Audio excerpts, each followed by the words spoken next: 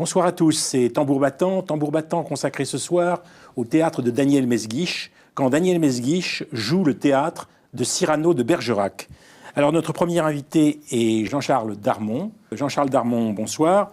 Vous êtes normalien, critique littéraire, mais surtout vous avez été maître de conférences à Paris 4, puis ensuite à Saint-Quentin, et aujourd'hui vous êtes professeur à l'École normale supérieure, professeur de littérature française. Vous avez publié Le songe libertin, Cyrano Bergerac d'un monde à l'autre, chez Klincksieck, et vous avez publié la pièce que Daniel Mesguich met en scène et qui s'appelle La mort d'Agrippine, avec un commentaire, c'était aux éditions des Belles Lettres. Alors je voudrais commencer, Jean-Charles Darmon, parce que tout le monde parle évidemment de Cyrano de Bergerac, mais quand on parle de Rostand, et de la pièce de Rostand. Or, Cyrano de Bergerac, c'était un écrivain, 1619-1655, donc première moitié du XVIIe siècle, mais c'est pas tout à fait l'homme que décrit Rostand. Non, effectivement, Rostand a fait beaucoup pour faire connaître le nom de Cyrano, et en même temps, il a contribué presque à son insu, ou sans le vouloir, à masquer l'œuvre, d'une certaine manière, à masquer la vraie puissance de Cyrano. Alors, il en fait passer un peu quelque chose, mais c'est très très loin en réalité. Dès qu'on commence à lire Cyrano, on voit à quel point la figure que Rostand en a dégagée correspond à toute autre chose. Qu'est-ce qu'il y a du vrai Cyrano chez Rostand ? Ce qu'il en a retenu, ce qu'il en a filtré en quelque sorte, c'est une figure de liberté. Une figure de liberté. Oui. Liberté liée à une forme d'indépendance souveraine, liberté... Ça, c'était vrai. Ça, c'était vrai. En fait, il a puisé beaucoup d'éléments dans la lettre de Lebray, l'ami de Cyrano, qui a servi de préface à la première édition de L'Autre Monde, l'édition posthume, c'est-à-dire Le Voyage dans la Lune, de Cyrano de Bergerac. Donc il a gardé cette figure. Il faut dire que vous avez présenté, édité les principaux textes de Cyrano. Il y a les lettres satiriques et amoureuses qui sont précédées des lettres diverses et toute la correspondance de Cyrano de Bergerac. Vous avez édité les États... Ça, c'est pas moi. Alors, il y a plusieurs éditions. Oui, c'est pas vous, mais les États et Empires, la Lune du Soleil, qu'on peut trouver. Madeleine Alcover. Et puis cette fameuse pièce que Mesguich met en scène, La mort d'Agrippine. La mort d'Agrippine. Alors peut-être je voudrais commencer par la question du libertin, parce que votre livre parle du songe libertin. Pourquoi le songe libertin ? Eh bien, l'une des libertés fondamentales attachées à l'œuvre de Cyrano, c'est la liberté de l'imagination, la puissance de l'imagination. Ça, tous les contemporains sont d'accord. Il y a un feu de l'imagination qui lui est propre. Alors, ça, c'est le premier point, mais le deuxième point, c'est que... C'est un mot très polysémique, effectivement, libertin. Ah oui, absolument. C'est pourquoi il est important de préciser. Voilà, alors, par ailleurs, libertin, pas au sens où on l'entend le plus souvent, c'est un peu un piège, ça attire pour de nouvelles raisons, c'est-à-dire libertinage de mœurs. Bon, ça, c'est une variable d'ajustement dans ce libertinage-là, ça existe. Mais ce qu'il y a de plus fondamental, c'est une liberté de la pensée elle-même, permise par l'imagination, ou en tout cas la fiction. L'imagination est un multiplicateur, en quelque sorte, de cette liberté de penser. C'est ça. C'est la liberté de conscience, oui. Liberté de, libre pensée ou pensée libre, comme on veut, oui. Mais en tout cas, on a pu parler aussi d'athéisme. Oui, absolument. Ça peut. Alors effectivement, dans ce libertinage-là, il y a la possibilité d'un athéisme, il y a la possibilité de certaines formes de naturalisme, comme on disait, ou comme on dit à propos d'un certain nombre de pensées issues de la Renaissance italienne. Oui, mais ce n'est pas le naturalisme du XIXe siècle. Non, c'est un naturalisme pas. Très différent. Très différent. On peut dire que vous évoquez, par exemple, toutes les rêveries concernant le pouvoir de l'imagination. Ça conduit, au fond, Cyrano à essayer, au fond, de penser d'autres mondes. D'ailleurs, c'est pas pour rien qu'il appelle ça l'autre monde, de penser d'autres mondes. Oui. Et c'était absolument complètement neuf à son époque. Alors, effectivement, il y avait eu des voyages tentés par Lucien, par toute cette tradition, des voyages qui permettaient d'instaurer une sorte de satire, c'est-à-dire on créait des mondes permettant des voyages imaginaires permettant d'instruire la critique, la satire de ce monde-ci. Mais Cyrano ne s'arrête pas à créer des mondes inversés. Par exemple, des mondes où, par exemple, les pères sont punis par les enfants et non pas l'inverse, ou des mondes... Il ne s'arrête pas à ces systèmes d'inversion. Il crée aussi des mondes qui permettent d'imaginer autre chose, d'imaginer ce que peut la nature, d'imaginer l'homme comme animal très limité parmi des animaux infiniment plus puissants que lui, ou qui permettent de penser tout autre chose que ce que nous pensons, qui permettent surtout de réfléchir sur les fondements même de la pensée, les fondements même de ce que pourrait être un ordre politique, un ordre social, c'est-à-dire penser autrement la question des fondements. Alors, il y a un mot que vous prononcez très vite, c'est le mot d'épicurisme. Alors, expliquez-nous en quoi c'est un épicurien. Alors, on ne peut pas lui attribuer une identité philosophique qui permettrait de le ranger dans une petite case. Parce que, évidemment, Cyrano transforme tout ce qu'il touche par le biais notamment de la fiction. Mais pas seulement de la fiction, par les jeux de langage, comme nous disons aujourd'hui. Mais, effectivement, l'épicurisme figure dans son œuvre comme une possibilité inouïe pour penser d'autres mondes, pour penser le hasard, pour penser la matière active. Et d'ailleurs, vous insistez bien dans vos livres et dans la présentation de La mort d'Agrippine sur la force d'inspiration des Rerum Natura de Lucrèce, qui est quand même le grand livre de l'Épicure, puisqu'Épicure, on le sait, hormis quelques fragments, a rien laissé. Donc il y a là quelque chose d'important qui imprègne toute son œuvre, d'ailleurs. Qui imprègne toute son œuvre, absolument. Alors, évidemment, il y a plusieurs façons d'aborder l'épicurisme. Il y a la façon savante du grand philosophe Gassendi, que Cyrano connaissait. On dit même qu'il a été un peu son élève avec le jeune Molière. Bon, on ne sait pas grand-chose sur ces années-là. Mais Gassendi, c'est une figure majeure, le grand rival de Descartes. À l'époque, il est considéré comme au moins aussi important que Descartes, il ne faut pas l'oublier.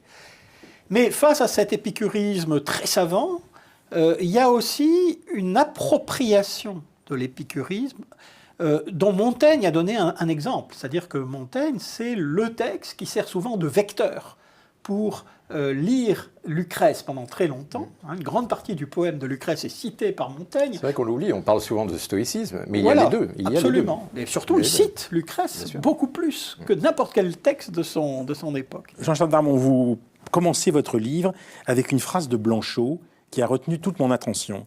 Blanchot dit « Cyrano a du goût pour les idées, mais il aime aussi les mots, et particulièrement ceux qui ne sont pas d'accord avec la raison. Il veut donc exprimer les idées qu'il aime à l'aide d'images et de mots tout à fait libres. La plupart du temps, Cyrano se contente de dépayser ses théories. Dans la lune ou le soleil, des personnages improvisés dissertent tout à coup sur le vide, l'éternité du monde, l'immortalité de l'âme.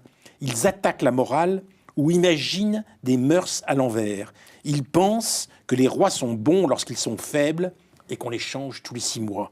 Enfin, ils raillent insensiblement les choses saintes. » Formidable synthèse, non, de ce que vous pensez sur Cyrano de Bergerac. Alors, à bien des égards, oui. Parce que ce que Blanchot met en avant, c'est qu'on ne peut pas aborder cette œuvre uniquement à travers, disons, l'histoire des idées ou l'histoire de la philosophie, c'est-à-dire Cyrano, ce serait un théoricien de l'athéisme ou un théoricien de la nature, directement inspiré, mettons, par Vanini ou par Pomponazzi, etc.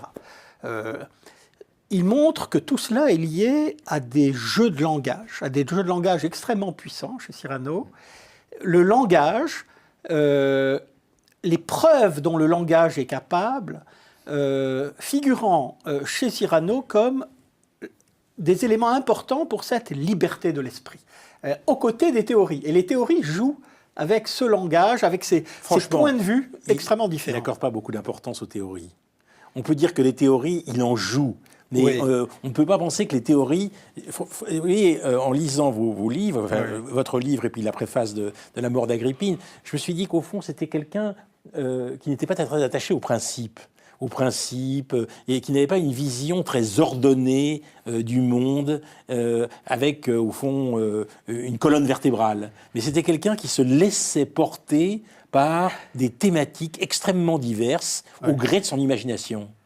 Alors, vous êtes d'accord ou pas ? C'est vrai, mais jusqu'à un certain point, car dans le même temps, comme dirait l'autre, dans le même temps, ce jeu, il y a la part du jeu, dont parle Blanchot, mais il y a aussi la part du feu, c'est-à-dire que les effets produits par ce texte conduisent au bûcher. Il faut bien prendre si ce n'était qu'un jeu... Vous parlez de la censure. Pas seulement la censure. La haine de l'Église. Des jeux d'un autre ordre, mais avec lesquels il est en affinité profonde, ceux de Théophile de Viau, quelques années plus tôt, ont failli mener Théophile au bûcher. Il est mort de son emprisonnement. Et pourtant, Théophile, quand vous lisez la poésie de Théophile, il y a aussi cet aspect ludique. C'est pas du tout un théoricien, un dogmatique. Donc, Cyrano se souvient. Il y a une proximité très forte de ce. Et donc, cette part du jeu est sans cesse combinée avec ce que j'appelle la part du feu, et qui peut mener véritablement au bûcher. Et donc, il n'y a pas seulement un jeu avec la censure, au sens où il serait une sorte de dissimulateur, il faudrait le lire entre les lignes. Véritablement, il y a un aspect, il défie en permanence les croyances les plus communes. Il les défie en permanence. Mais évidemment, il ne le fait pas frontalement, il le fait toujours sur le mode de l'humour, de l'ironie, la ironia grecque, c'est-à-dire l'ignorance feinte. Il est constamment dans l'ignorance feinte. Et à un moment, quand il parle, par exemple, des thèses coperniciennes, il parle d'opinions burlesques. Oui. Donc il y a quelque chose, alors que bon, c'est quand même la grande révolution copernicienne qui va bouleverser à peu près toutes les visions du monde. Donc il est constamment dans ce déguisement-là. Et justement, je voulais vous poser la question, est-ce que vous considérez qu'il est en avance sur son temps, ou alors au contraire, qu'il est l'homme de son temps, de ce baroque détonnant, qui est extrêmement riche dans des expressions multiples, avec des mises en abîme, l'illusionnisme, etc. Donc est-ce que c'est un homme de ce baroque-là ? Alors, effectivement, je pense que l'erreur, ce serait de considérer de manière un peu téléologique que c'est une préfiguration des Lumières radicales. Ça a été dit. Ça a été dit, mais de voir en Cyrano une sorte de préfiguration de la Métrie, d'Holbach, etc. De ce matérialisme-là. Quand Blanchot le compare à Sade. Alors ça, c'est encore plus contestable. Voilà. Parce qu'à mon avis, il n'y a absolument rien de sadien dans ce type de littérature. En revanche, effectivement, il nous ramène à la spécificité d'un moment qui est une prodigieuse richesse. Et je crois qu'il faut s'en tenir, d'abord, avant de voir une préfiguration des Lumières radicales, à l'incroyable liberté du moment Cyrano. L'incroyable liberté du moment Cyrano, puisque vous avez à la fois des thèses radicales, la thèse de l'imposture politique des religions, on va en parler avec la mort d'Agrippine, qui sont des thèses sur l'invention et l'utilisation politique des religions. Où il prend des risques. Et ça transparaît même dans son voyage dans la Lune, même dans son voyage dans le Soleil, etc. Et dans sa grande tragédie, vous avez des thèses, mais en même temps, une sorte de dissémination de ces thèses, puisque c'est l'imposture, pas simplement des religions, mais liée au pouvoir des médecins. Les médecins, en parlant de médecine, on parle de religion. Là, il préfigure les jeux de Molière. Vous êtes donc impie en médecine.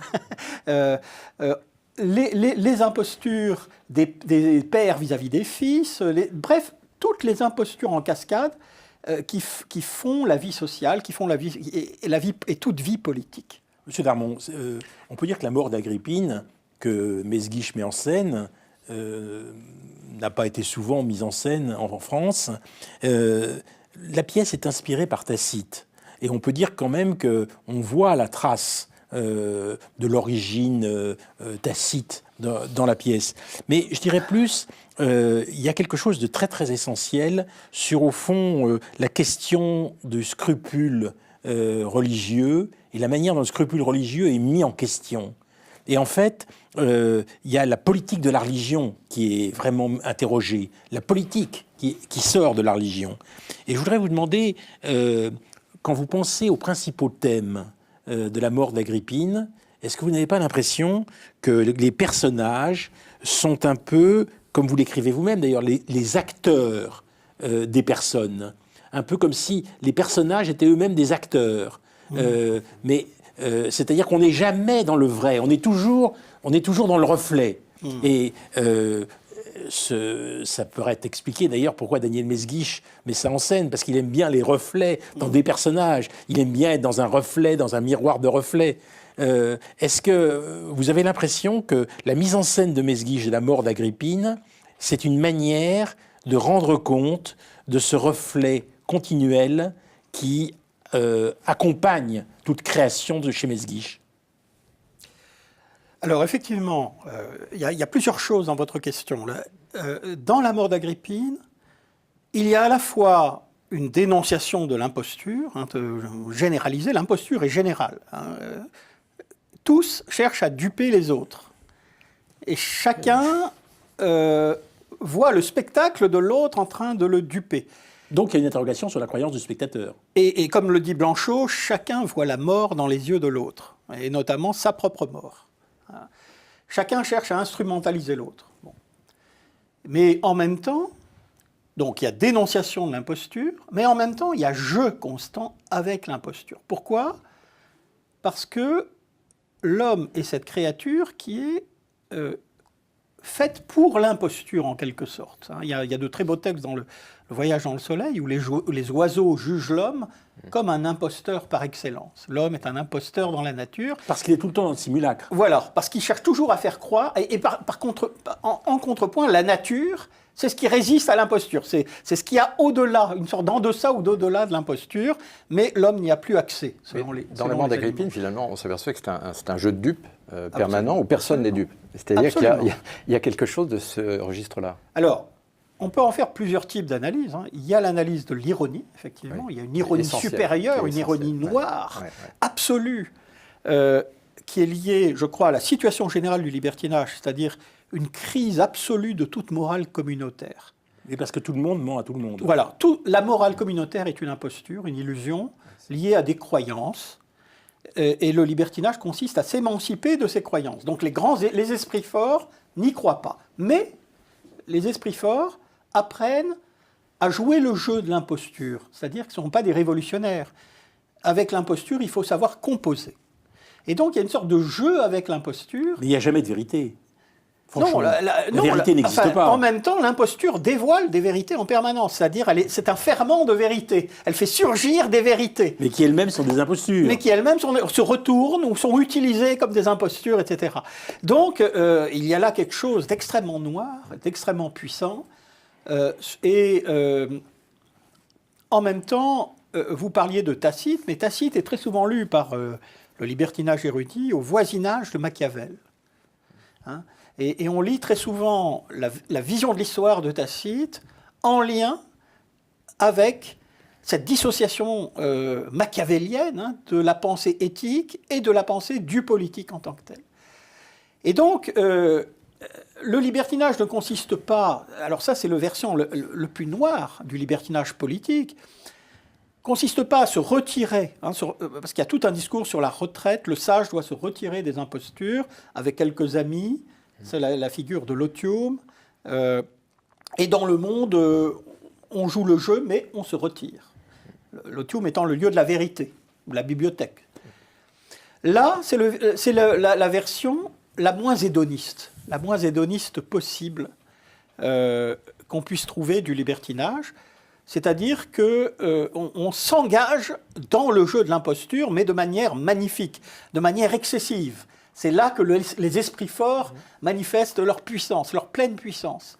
Mais en même temps, cette imposture est mise en cause, mais comme vous l'avez dit, ça se passe quand même dans le langage et dans l'interrogation du langage. Alors, il y a quelque chose d'assez extraordinaire sur lequel vous m'avez aidé à mettre le doigt, c'est le plaidoyer au Parlement des oiseaux, qui est un moment extraordinaire dans l'œuvre de Cyrano, où il fait écho à l'inventivité, au fond, possible pour essayer de remplacer Dieu ou de trouver la place de Dieu. Et le texte est très très étonnant. Encore est-ce un droit imaginaire que cet empire dont il se flatte. Il parle évidemment des puissants. Ils sont au contraire si enclins à la servitude que de peur de manquer à servir, ils se vendent les uns aux autres leur liberté. C'est ainsi que les jeunes sont esclaves des vieux, les pauvres des riches, les paysans des gentilshommes, les princes des monarques et les monarques même des lois qu'ils ont établies. Mais avec tout cela, ces pauvres serfs ont si peur de manquer de maître que, comme s'ils appréhendaient que la liberté ne leur vînt de quelque endroit non attendu, ils se forgent des dieux de toutes parts, dans l'eau, dans l'air. Et finalement, on a l'impression que si ça forge des dieux de toutes façons, il y a plein de dieux qui apparaissent, et donc il n'y a pas de dieu du tout. Ouais. Mais là, on a l'impression qu'il n'y a plus de dieu, mais qu'il reste encore une vérité. C'est que la vérité, c'est quand même la servitude de tous ces puissants les uns par rapport aux autres. Il y a donc une dénonciation politique. Aussi, hein. Si vous voulez, tout à l'heure, je disais, il n'y a pas de vérité. Mais il y a une dénonciation politique qui déboucherait sur une vérité, éventuellement, non ? Absolument, mais cette vérité n'est jamais instaurée de manière doctrinale. À chaque fois, c'est à l'imagination du lecteur de la configurer. C'est ça qui est très puissant, à mon avis, dans ce type de texte. Et donc, on peut interpréter certains passages comme des embryons d'utopie. Mais chaque fois qu'une utopie s'esquisse, une utopie, par exemple, qui fonderait les lois sur des éléments naturels, par exemple, conformes à la nature, eh bien, chaque fois, à ce moment-là, le démon de l'ironie ressurgit. Quel que soit le monde envisagé, à chaque fois, il y a des esprits éclairés qui apparaissent et un peuple qui se reconstitue. Le peuple étant cette entité qui va dans le sens de la croyance la plus commune et dans le sens de la servitude volontaire. Donc mépris du peuple quand même. Alors je dis mépris, je vais loin avec mépris. Non, mais ce qu'il appelle le peuple, même dans le soleil, c'est-à-dire le royaume des philosophes, il y a du peuple. C'est-à-dire qu'à chaque fois qu'on imagine un monde, même infiniment supérieur au nôtre, se reconstitue une structure, peuple, esprit éclairé. Oui, c'est ça. C'est-à-dire qu'effectivement, en lisant Cyrano, on ne peut que penser aux utopies. On peut penser qu'à Thomas More, Campanella, ou Rabelais, l'abbaye de Thélème. Mais sauf qu'avec Cyrano, on a vraiment l'impression qu'il s'en rit finalement de cette utopie. Il la construit, mais finalement avec ironie, pour dire finalement ce sera toujours la même chose. Avec ce jeu de reflets peut-être typiquement baroque. Absolument. Et les premières utopies en langue française qui vont être écrites à la fin du siècle s'inspireront de Cyrano, mais en même temps essaieront de stabiliser le concept de nature, stabiliser le concept de raison, trouver une rationalisation de ce qui fonde naturellement un pouvoir, de ce qui fonde naturellement une société. Pensez aux utopies de Véras, par exemple, ou du jeune Fontenelle, La République des philosophes, qui est inspiré à bien des égards de Cyrano.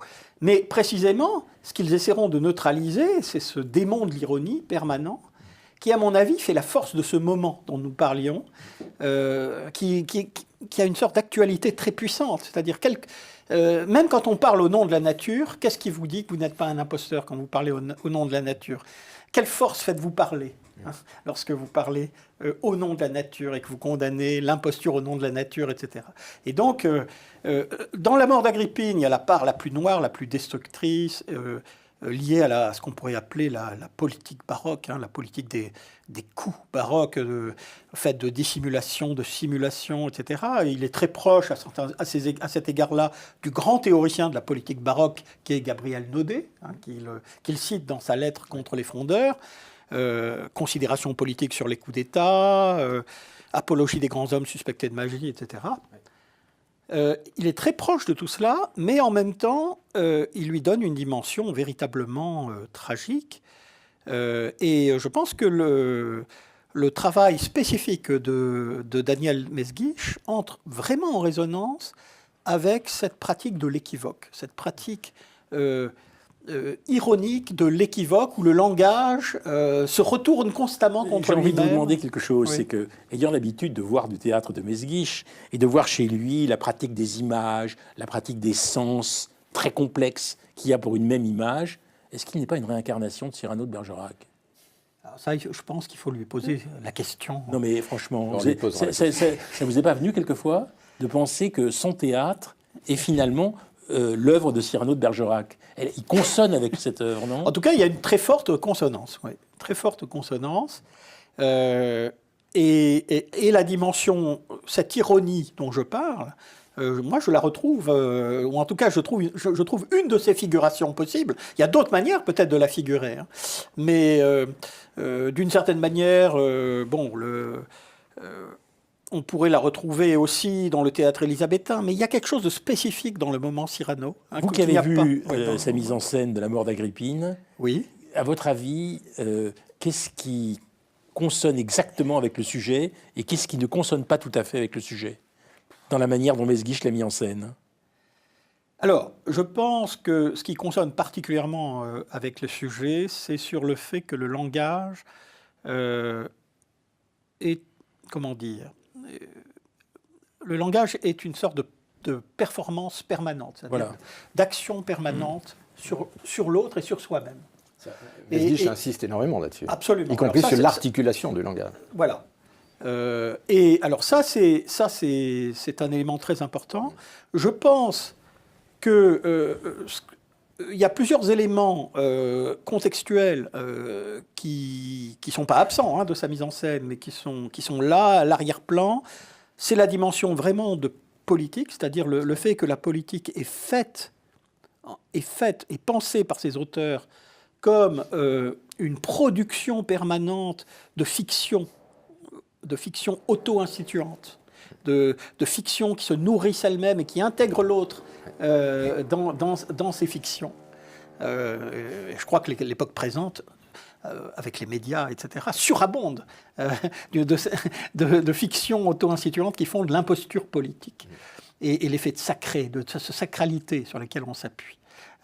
Et donc, cette dimension politique, elle n'est pas absente de sa mise en scène, mais je pense qu'elle est vraiment à l'arrière-plan de la pensée de Cyrano et de ses usages du langage. Et ce qu'on peut dire quand même, justement, c'est que le jeu sur le langage convient tout à fait, parfaitement à Daniel Mesguich. Oui, parce que c'est pas un pur jeu, disons, sur le langage au sens esthétisant ou une sorte de poéticité de Cyrano.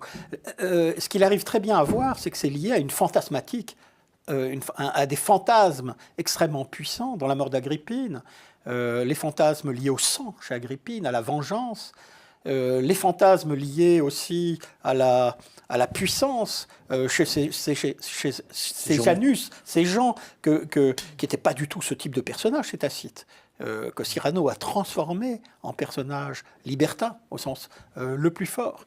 Dernière question, pourquoi une seule pièce chez Cyrano de Bergerac? Parce qu'il est mort très jeune, il est mort, il avait 36 ans, évidemment, mais c'est pour ça qu'il y a une seule pièce, à votre avis? Une seule tragédie, en tout cas. Oui, une seule tragédie. Il a eu très peu de temps. Il y a une comédie, le Pédant-joué, non? Oui, voilà, une comédie très importante, le Pédant-joué. Je pense qu'il a eu très peu de temps pour écrire ce qu'il a écrit. Il a innové dans chaque genre. 35 ans, il est mort à 35 ans. Il a transformé chaque genre qu'il a abordé. C'est un expérimentateur. Il a pris le genre de la lettre. Il a totalement transformé. Il y a des lettres absolument prodigieuses. Bon, je n'ai pas le temps d'y... Il a pris ensuite, ou simultanément, on ne sait pas bien, parce qu'il a commencé à écrire tout ça dans les années 45, 46, 47. En 50, le voyage dans la Lune était probablement achevé. Donc, dans un laps de temps très, très restreint, il a produit... À peine 10 ans. Voilà. À peine. Parce que très jeune, il est entré dans la carrière des armes. Il a été blessé, 2 grosses blessures successives. Et puis, la mort d'Agrippine, probablement écrite dans les années 1747. On ne sait pas trop si ça a été écrit avant la Fronde, pendant la Fronde, joué après la Fronde, très brièvement. On pense à la Fronde en le voyant. Voilà. Ça, c'est inévitable. Absolument. Merci, Jean-Charles Darmon. Donc, je rappelle que vous êtes l'auteur de ce livre qui s'appelle « Le songe libertin » de Cyrano de Bergerac. Et puis, vous avez préfacé donc, « La mort d'Agrippine », ce livre qui est publié à la Bibliothèque hédoniste aux Belles Lettres.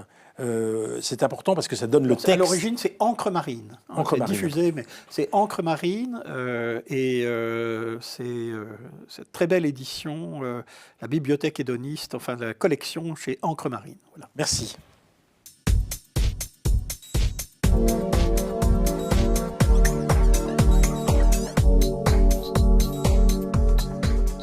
Quand Daniel Mesguich joue le théâtre de Cyrano de Bergerac, deuxième partie sur le grill. Alors Mireille Kahl-Gruber, vous êtes critique littéraire, professeur à l'université de la Sorbonne Nouvelle. Vous avez écrit sur Butor, dont vous avez dirigé la publication des œuvres complètes.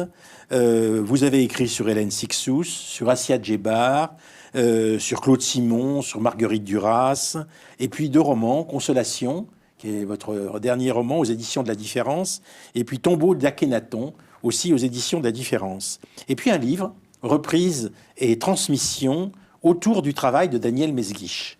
En face de vous, Jean-Pierre Leonardini, vous êtes journaliste, critique dramatique, vous avez fait toute votre carrière dramatique à l'Humanité, vous avez été responsable des pages culturelles, vous avez aussi enseigné l'histoire du théâtre à Nanterre, à l'Université Lumière Lyon 2 et à l'École nationale supérieure des arts et techniques du théâtre à Lyon.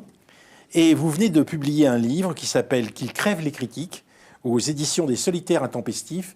J'ai eu beaucoup de plaisir à lire ce livre, mais on va avoir l'occasion d'en parler. Alors, je voudrais commencer avec vous, Mireille Kallgruber, en vous demandant qu'est-ce que vous pensez de cette pièce de Cyrano de Bergerac, choisie par Daniel Mesguich, et qu'à ma connaissance, peu de gens connaissaient. Vous la connaissiez avant ? Non, je ne connaissais pas cette pièce. Je connaissais l'histoire comique des États et empires de la Lune et du Soleil, que j'aime énormément, que j'ai découvert avec grand plaisir. Et j'ai écouté avec énormément d'attention ce que disait Jean-Charles Darmon tout à l'heure. Mais j'ignorais qu'il avait écrit une tragédie, une pièce tragique. Donc, c'était vraiment une découverte. J'ai eu cette découverte à Avignon, donc au Festival d'Avignon. Alors, votre avis sur cette pièce ? Bon, moi, j'ai été subjuguée. Pour moi, d'abord, c'était des images, des lumières, des couleurs. Et c'est une pièce où il n'y a pas de décor, mais où la lumière fait le décor, fait tout. Et puis, j'ai eu aussi cette sensation d'un ballet.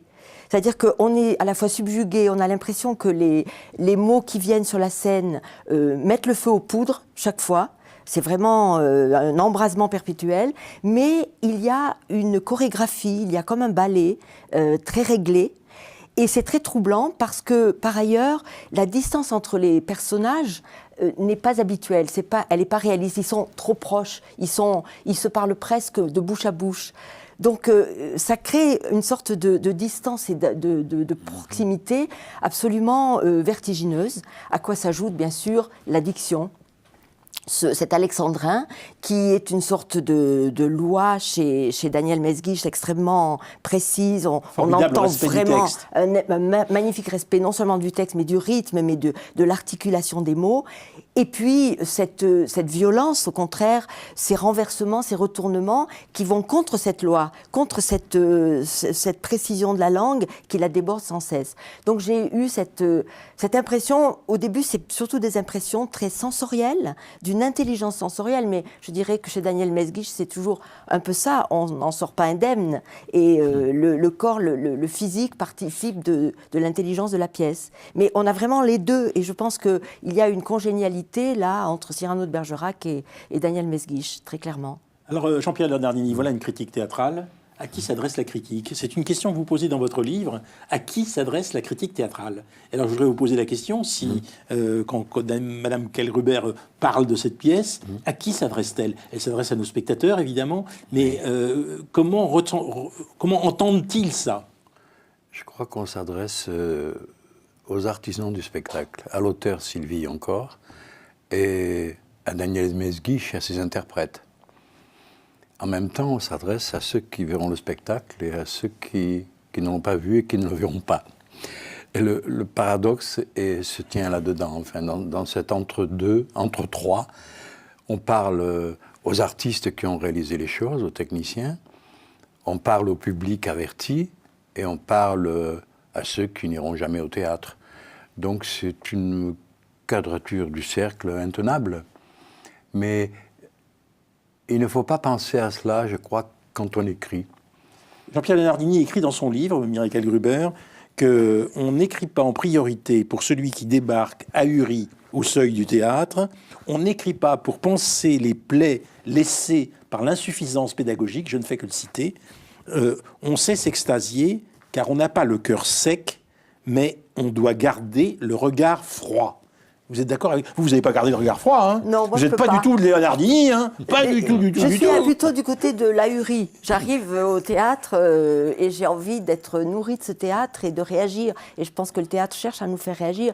Mais ce que dit Jean-Pierre Leonardini est très important, c'est-à-dire qu'il écrit aussi pour ceux qui n'iront pas au théâtre ou ceux qui peut-être iront au théâtre du coup, et pour toute la postérité. Moi, ce que je trouve fascinant de la part d'un critique de théâtre par rapport à un critique littéraire, un roman, il existe, même si personne ne le lit, il sera peut-être lu. Le livre est là. Le théâtre, il est toujours amputé de quelque chose. Il n'est pas fini, puisque la représentation, elle est unique chaque fois. Même si Daniel reste un mois au théâtre, chaque soir, ça sera un peu différent.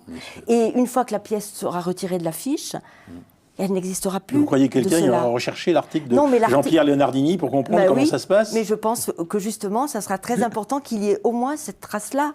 Et ça ne sera qu'une trace de possibles multiples, mais au moins, elle aura cette vie-là. Alors vous êtes un auteur pour la postérité, Jean-Pierre Leonardini? Oh oui, pendant 15 jours, même pas. Non, ça pose aussi en creux, je crois, la question de ce qu'on appelle le non-public, enfin, de ce qui a été dit le non-public. C'est-à-dire dans un journal à vocation politique ou en tout cas civique, théoriquement, on devrait parler à ceux qui n'ont pas les clés, enfin, à supposer qu'ils lisent le journal. Enfin, c'est une question énorme. C'est pour ça que je cite à dessein un mot de Rosa Luxembourg que je trouve très important, qui dit « Le théâtre ne doit pas être compris par le public, compréhensible par le peuple, mais compris par le peuple. » Et là, il y a tout un projet politique, didactique, révolutionnaire, d'éducation qui n'est pas à l'ordre du jour sur nos climats, enfin. Dans votre livre, Jean-Pierre Leonardini, vous abordez le mariage entre la critique du journaliste et la critique universitaire. Oui. Vous évoquez un certain nombre de critiques universitaires qui ont compté pour vous. Je pense à Anne Hubersfeld, qu'on a beaucoup aimé. Je pense à Béatrice Picon-Vallin. Je pense à celle qui a critiqué Pitoef, Jacqueline... Oui, Jacqueline Jomaron. Oui. Voilà. C'est vrai que cette critique universitaire est importante. Ah oui. Je voudrais vous poser une question. Là, vous êtes en face d'une critique universitaire. Est-ce que vous avez l'impression que c'est des critiques entre vous deux qui se complètent et qu'en fait, un spectateur bien averti doit finalement, après la pièce ou avant la pièce, lire Mireille Kallgruber, et lire aussi Jean-Pierre Leonardini? Je crois que je me nourris du travail des universitaires, enfin c'est indiscutable. D'abord, ils ont le temps long pour eux, et le critique de quotidien doit réagir assez vite, très vite, beaucoup plus vite avant. Aujourd'hui, ça s'étire un peu sur plusieurs jours, puisque la presse sur papier tend à fondre, à disparaître ou à s'amoindrir. Mais vous dites ça dans votre livre, je vous trouve exagérément pessimiste. Mais enfin, ça fait rien.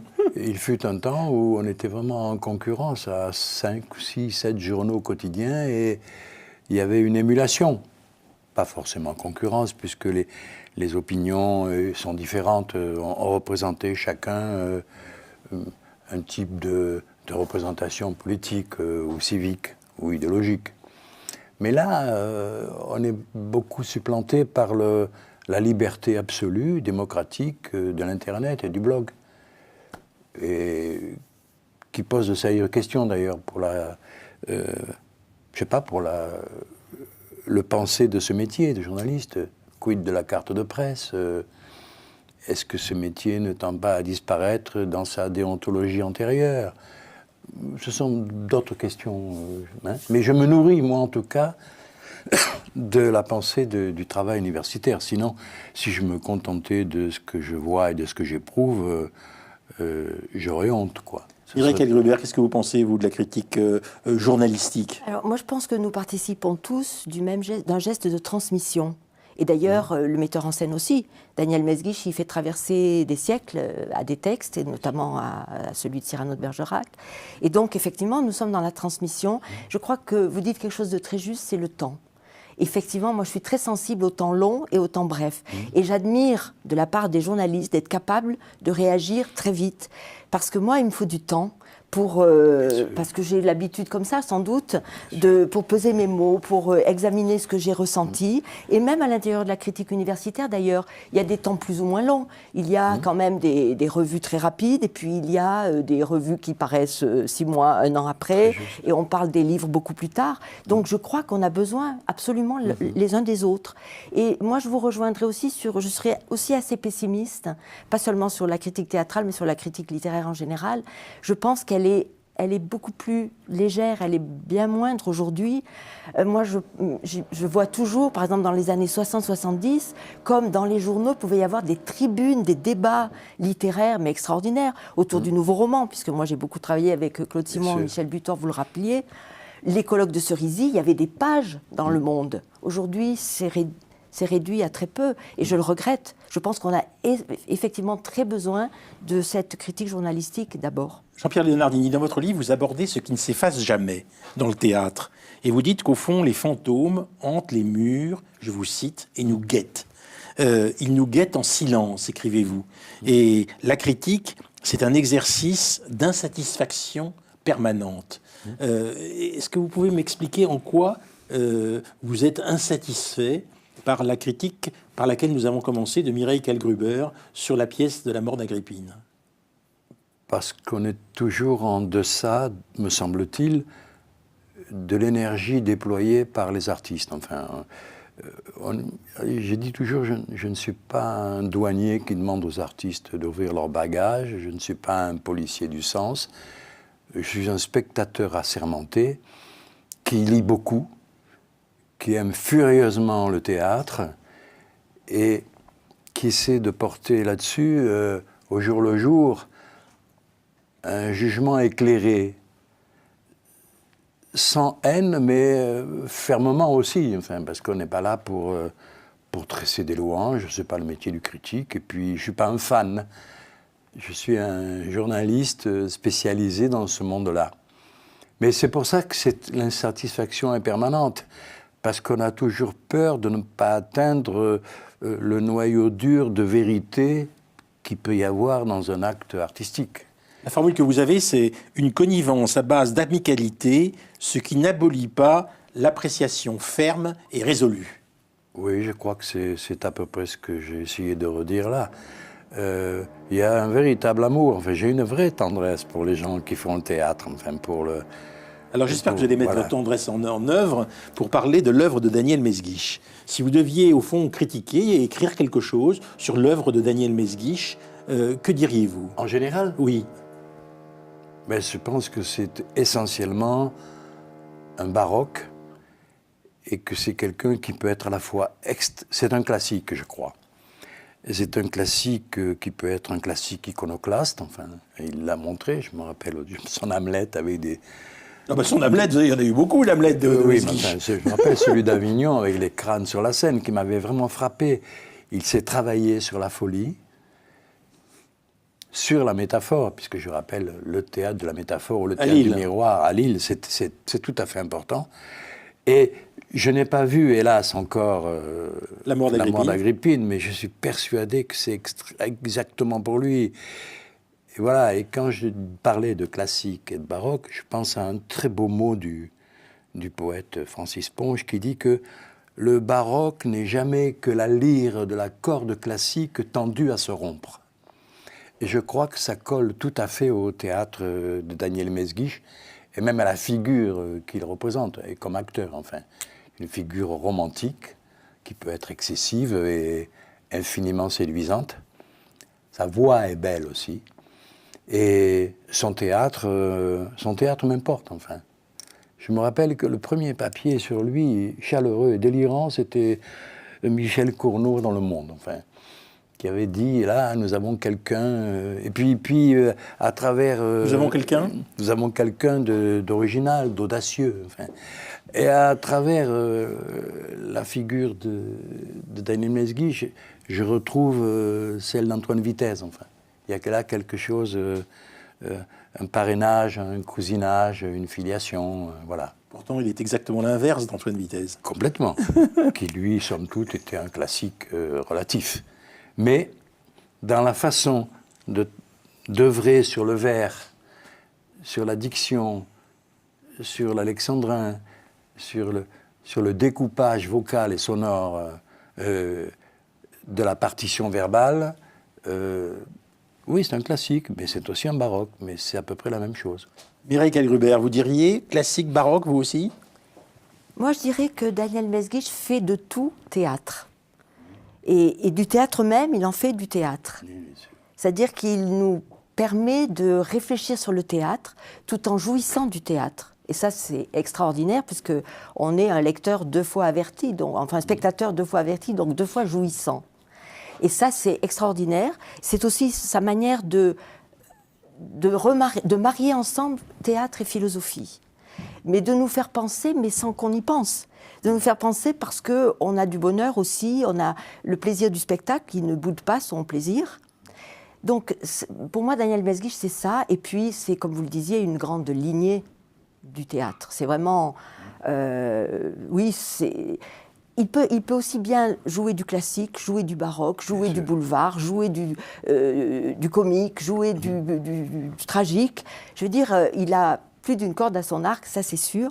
Mais je rejoindrais un peu aussi ce que vous disiez, peut-être c'est pas Ponge, mais moi je dirais Héraclite.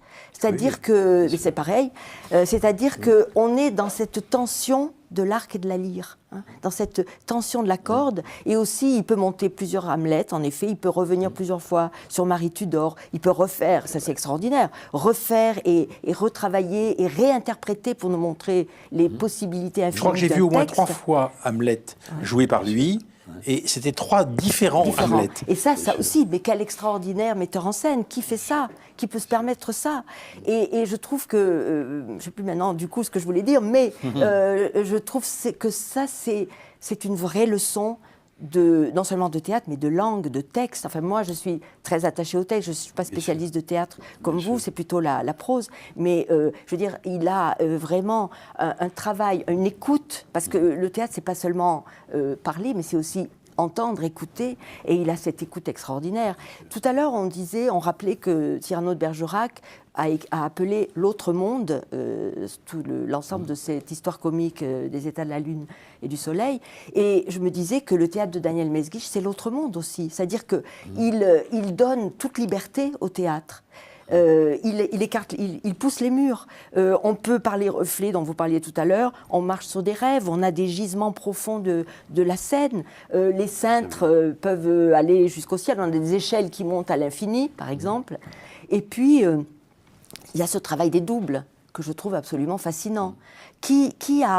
Et c'est lui qui a pensé, parce que jusqu'à présent, à l'école, qu'est-ce qu'on nous apprenait? Que la suivante, la soubrette, la confidente, ce sont des manières de faire passer un monologue en vague dialogue. Lui, il en fait de véritables alter ego. C'est le double, si bien que Hermione, elle est à la fois méchante et pathétique, que chaque personnage est multiple et contradictoire. Il adore le double. Il adore le double.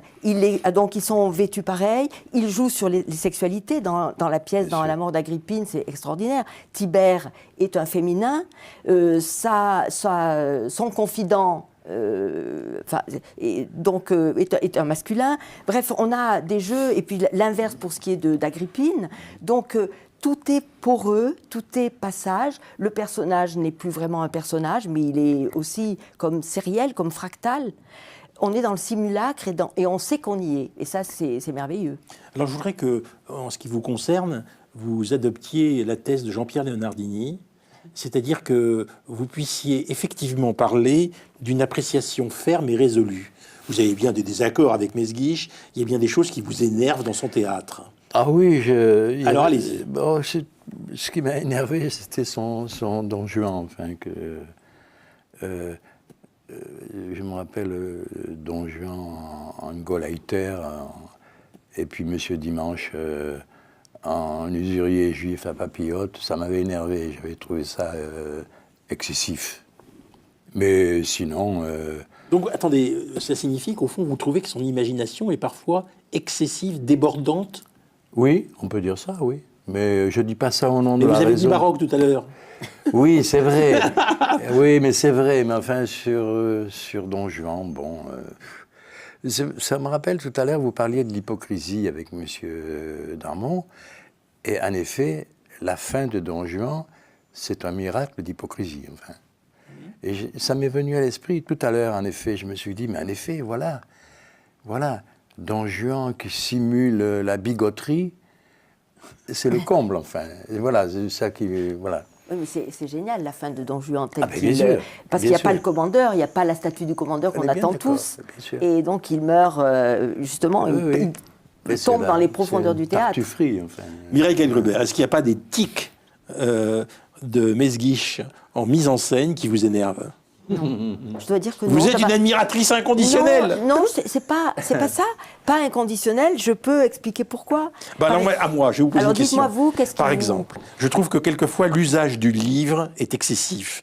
Les piles de livres sur la scène, qui brûlent, oui, qui brûlent ou qui ne brûlent pas, mais qui sont présents sur la scène. Je trouve que c'est lourd comme. D'abord, il n'y en a pas tout le temps, mais quand il y en a, presque toujours. Il n'y en a pas dans la bande Agrippine du tout, par exemple. Non, mais le livre, c'est nous rappeler que le théâtre le livre est vient capital du pour moi. Et je bien. trouve que le rappeler comme ça, de façon un peu insistante, c'est exagéré parfois, non? Non, parce que c'est justement nous rappeler que le texte, il y a du texte, que ça vient du livre, que ce que nous entendons est là. Donc c'est un état du théâtre. Moi, je trouve ça intéressant. Tous ces objets qui sont là sur scène, la clepsydre, l'échiquier, pas tout le temps, mais qui peuvent revenir, ils disent quoi? Ils disent comme Barthes, nous sommes le théâtre. Et les trucs de mise en scène qui reviennent, les fumées, les feux, etc. Dans la bande Agrippine, non, mais chez Mesguich, c'est très très fréquent. Non, on prend l'ensemble de son œuvre. Mais les feux, les fumées, c'est les spectres. C'est les spectres, c'est les revenants. Ça fait partie de cet autre monde, le théâtre. Le théâtre est le seul lieu vraiment libre, je pense, parce que tout peut arriver au théâtre.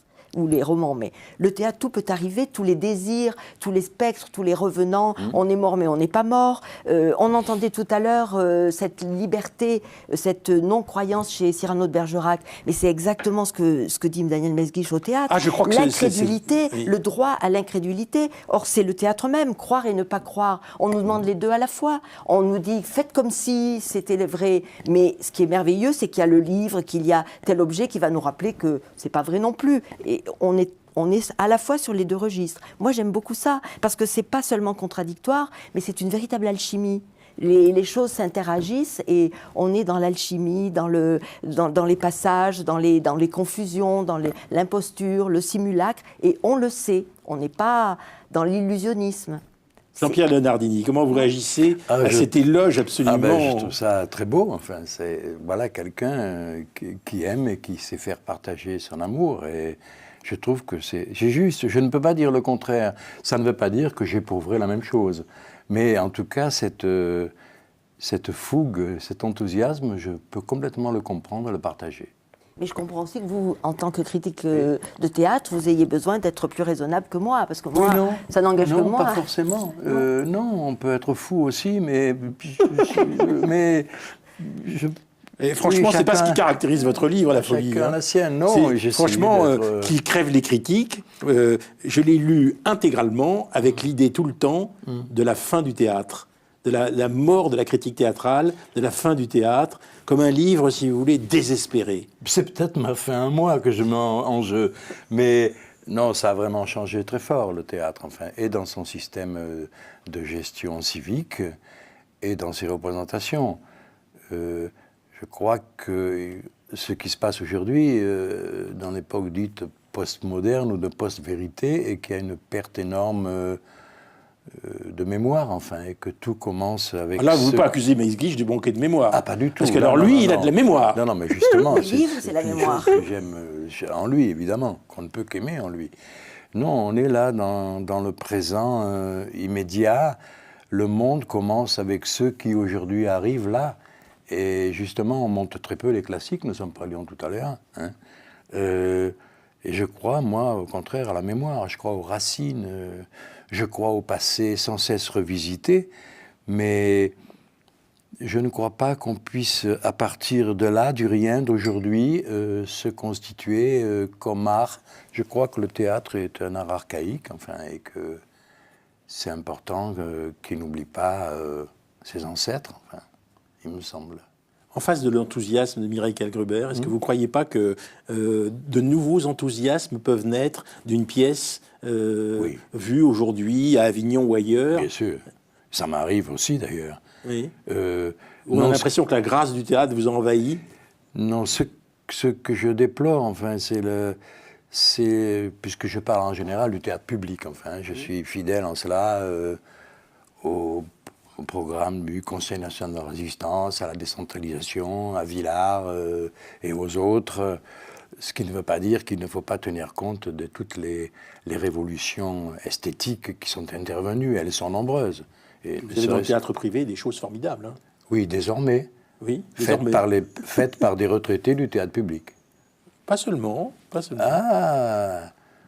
Françon, La Salle, Mesguich qui va être à Desjazés, enfin ce sont des gens qui ont fait leurs armes et qui ont fait la grandeur du service public. Et que des salles privées intelligentes, ça n'en part. Parce que de toute manière, le boulevard classique est mort, quasiment. Et le stand-up règne sur certaines scènes. Je parle dans mon livre du gymnase Maribel qui fait du stand-up 6 heures par jour. Enfin, c'est la mort du théâtre, le stand-up, Mireille Kallgruber? Je sais pas, mais moi je crois pas qu'il y a la mort du théâtre. Je vais beaucoup au théâtre, les salles sont pleines. Quelquefois la mort du théâtre. Quelquefois j'ai beaucoup de mal à avoir des places. Je veux dire, moi je crois au contraire que du mal. Même vous alors. Moi j'ai au contraire l'impression que le théâtre reste un espace de transmission, d'émerveillement aussi, de rencontres. Oui. De découverte de textes. Et c'est la lecture que fait Antoine de ce que je dis. Je ne parle pas de la mort du théâtre. Enfin, je parle du théâtre que j'ai aimé, que j'ai connu. Donc c'est vraiment... En disant qu'il a disparu. Celui-là, oui. Vitesse est mort, Chéreau est mort, Streller est mort. Tous ces gens-là que j'ai aimé, Cantor est mort. Tous ces gens-là que j'ai aimés, que j'ai côtoyés, que j'ai parfois tutoyés, ne sont plus là. Mais ça ne veut pas dire que le théâtre meurt. Il ne mourra jamais. Et même s'il n'y a plus les moyens financiers, intellectuels, d'État pour le soutenir, on fera toujours du théâtre dans les catacombes. Enfin, il est immortel par essence. J'en suis persuadé. Je parle du théâtre que j'ai connu et aimé. Mireille Kallgruber. Non, mais je le comprends, parce que c'est les grands moments du théâtre. Cela dit, moi, par exemple, j'aime aller au Festival d'Avignon, parce qu'il me semble que pendant cette période-là, on retrouve toute l'atmosphère que vous dites. Ça part dans tous les sens, il y a de tout, mais peu importe. Ce qui est merveilleux, c'est qu'on est dans le théâtre tout le temps. Et moi, il m'est arrivé de souffrir de voir mes confrères n'aller que dans le in, alors que dans le off, on découvre des choses extraordinaires. Mais oui. Moi, il m'est arrivé d'aller voir 4-5 spectacles par jour et d'être complètement excité, de ne plus pouvoir m'arrêter. Voilà. Et donc, le théâtre, c'est vrai que c'est une drogue et on en a besoin. Et vous avez raison de dire que c'est inné en chacun de nous. Il y a du théâtre tout le temps. On n'arrête pas de jouer du théâtre, même entre nous. Donc, tant mieux, non. Alors, merci à tous les deux. Je voudrais rappeler que le livre concernant Mesguich que vous avez écrit, dirigé avec d'autres, s'appelle « Reprise et transmission autour du travail de Daniel Mesguich », Mireille Kallgruber, et que le livre de Jean-Pierre Leonardini s'appelle « Qu'il crève les critiques ». C'est une paraphrase de Cantor. Oui, je crois que je sais, oui.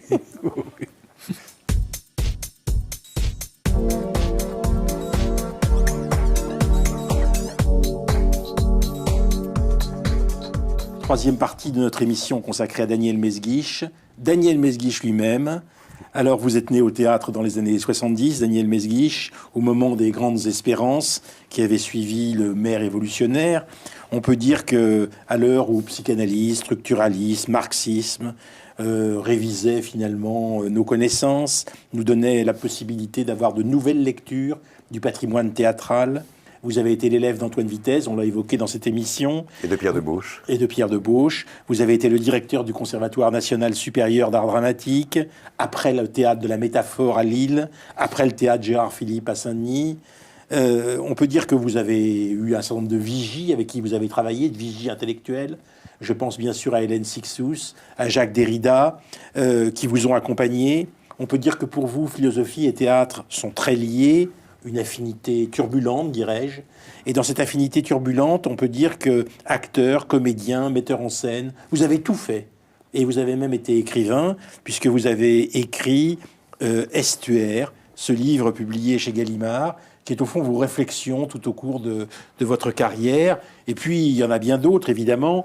Et je pense à L'Effacé, que vous aviez publié chez Plomb, à L'Éternel éphémère, ce livre que vous aviez publié chez Verdier, les entretiens que vous avez eus avec Rodolphe Foineau, et même un petit livre d'entretien qui s'appelle Le Passant composé, que nous avions eu tous les deux. Alors, je voudrais commencer par vous poser la question de Cyrano de Bergerac. Quand je ne connaissais absolument pas l'œuvre de Cyrano de Bergerac, avant de parler avec vous du fait que vous alliez le monter au Théâtre des Jazets. Et je dois dire que quand j'ai lu la pièce et quand j'ai lu ce qui en était dit par les spécialistes, dont l'homme qui a fait cette première partie de l'émission, j'ai pensé c'est du Mesguich craché. Est-ce que vous êtes une réincarnation de Cyrano de Bergerac ? Vous me flattez beaucoup, mon cher Antoine. Non, je crois que non, malheureusement. Malheureusement pour moi, parce que j'admire énormément. Ça vous colle exactement. Cyrano. Non, qu'il y ait une attirance, une affinité, des affinités, certainement. Mais bon, on ne peut pas comparer l'incomparable. C'est un grand écrivain du XVIIe siècle et je ne suis qu'un metteur en scène du XXIe. Mais je crois qu'effectivement, il y a des gens vers qui je vais plus facilement que vers d'autres. Et sans doute pour des raisons d'affinité, tout simplement, et donc de connivence et peut-être même de légères analogies ou similitudes. Lorsque je vais vers un texte, j'essaie d'abord d'aller vers les textes qui... Enfin, je n'essaie pas, ça se fait sans moi. D'aller vers les textes qui me paraissent riches, qui me paraissent, comme on dit, pluriels, polysémiques, ouverts, enfin, bien sûr. Par exemple, il y a de très grands écrivains que j'admire, mais que je n'arriverai pas à mettre en scène. Beckett, par exemple, je crois que je ne le mettrai jamais en scène, parce que ça me paraît trop univoque. Je ne dis pas qu'on puisse pas gloser à l'infini sur telle ou telle phrase de Beckett, bien sûr, mais univoque, je parle du théâtre, dans la mesure où c'est comme ça et pas autrement, et d'ailleurs, lui-même tenait beaucoup à ce que ça se joue de cette manière-là, pas d'une autre, etc. Moi, pour moi, c'est pas le théâtre, pour moi, j'aime pas ça. En revanche, j'aime Shakespeare, parce qu'il est ouvert à tous les vents, parce que la moindre phrase peut s'ouvrir sur une infinité de possibilités, et surtout sur ce que disait Karl Gruber tout à l'heure, sur quelque chose qui nous fait nous retourner sur nous-mêmes, et peut-être même suspecter, ou en tout cas voir trembler sur ses gonds, voir out of joint, si j'ose dire, le théâtre lui-même. Cyrano de Bergerac, de ce point de vue-là, est un Shakespearien. Une façon de parler, bien entendu, mais c'est un Shakespearien. C'est-à-dire que c'est quelqu'un qui, à peine il dit quelque chose, on entend qu'il y avait peut-être anguille sous roche, qu'il y avait peut-être une autre possibilité, que c'est une autre façon de penser, de parler. Et là, en l'occurrence, dans sa tragédie, qui pour moi est un chef-d'œuvre, pour moi c'est aussi grandiose que Phèdre ou Bérénice ou je ne sais quoi, ou Andromaque, eh bien, dans cette tragédie-là, comme ça a été dit, tout le monde ment tout le temps, mais ment à des degrés divers. C'est pas un simple mensonge, c'est pas c'est blanc et on dit que c'est noir. Non, ment sans arrêt, joue avec ce mensonge, c'est comme des modulations du mensonge, en quelque sorte.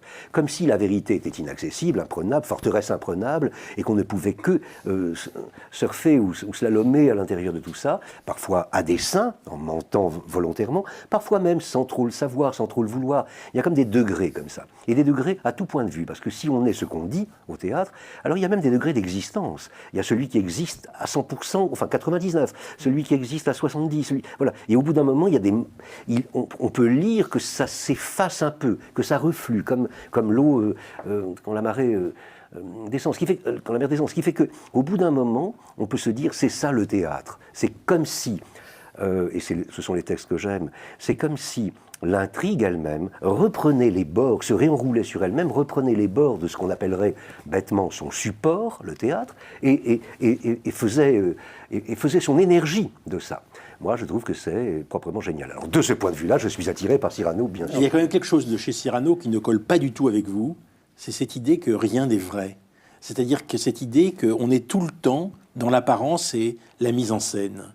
J'ai la faiblesse de penser que dans votre œuvre et dans votre manière d'être, il y a quand même une idée de la vérité. On parlait de croyance, on ne parlait pas de vérité spécialement, je crois. C'est-à-dire que, bien sûr qu'il y a de la vérité, évidemment qu'il y a de la vérité. Il n'y en a pas chez Cyrano. Mais si, il y en a. Il y en a, mais il ne faut pas croire ce que disent les gens, ou en tout cas les croire à des degrés très divers. Mais il y en a. Il y a au moins une vérité qui est que quelque chose va se passer, et que d'ailleurs certains vont en mourir. Je parle de la fiction, à l'intérieur de la fiction. Mais si par exemple on dit, comme le dit Cyrano, Dieu n'existe pas, on le dit pour que ça change quelque chose dans le monde. Et donc ça veut dire qu'on croit à ce monde, qu'on croit à une vérité de ce monde. Mais c'est pas croire le bon mot, c'est qu'on le pense, ce monde. Si par exemple on dit aux spectateurs, comme Cyrano semble le dire à chaque alexandrin, ne croyez pas tout à fait ce que je dis, ne croyez pas ce personnage, n'y croyez pas, non seulement ne croyez pas en Dieu, mais n'y croyez pas trop. À quoi? À tout.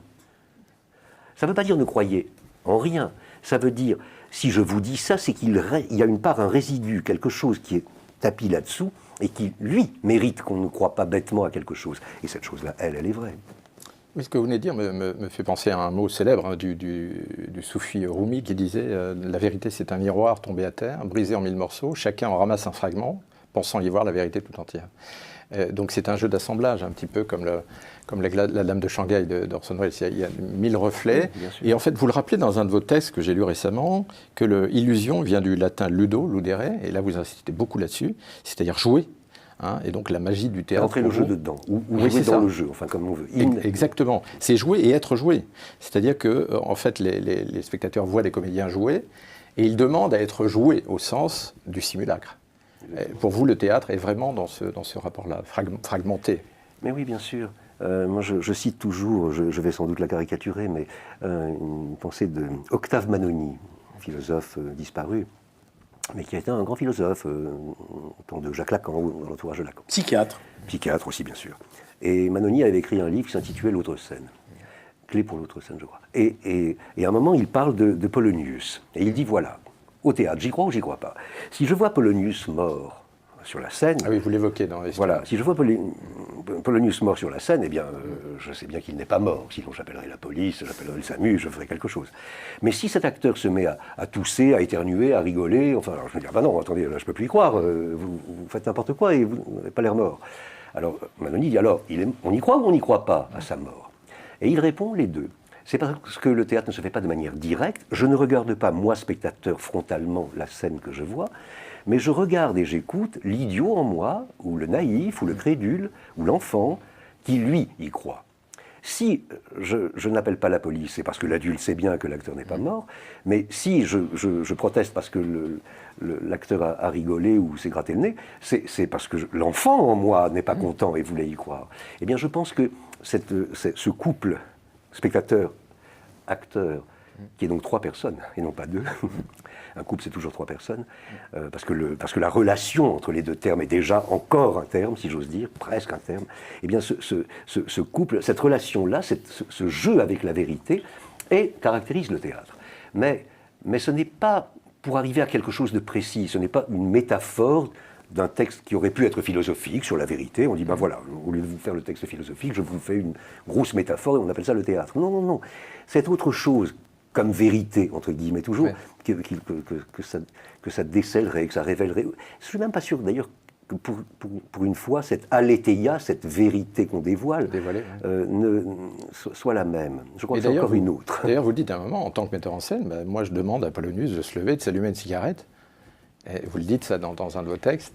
Oui. Et donc il y a évidemment un côté provocateur. Oui, allons jusqu'au bout. D'abord pour faire un clin d'œil à cette idée-là, mais aussi parce que la mort de Polonius, c'est le personnage qui meurt, pas l'acteur. Donc on ne va pas faire croire que c'est juste qu'on voit la fin du monde.